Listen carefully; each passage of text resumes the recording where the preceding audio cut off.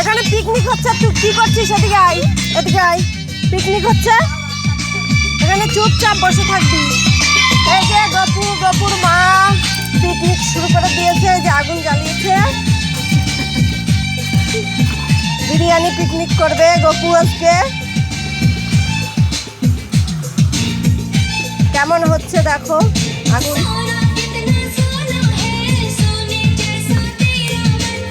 তেল পড়লো সবে কড়াইতে।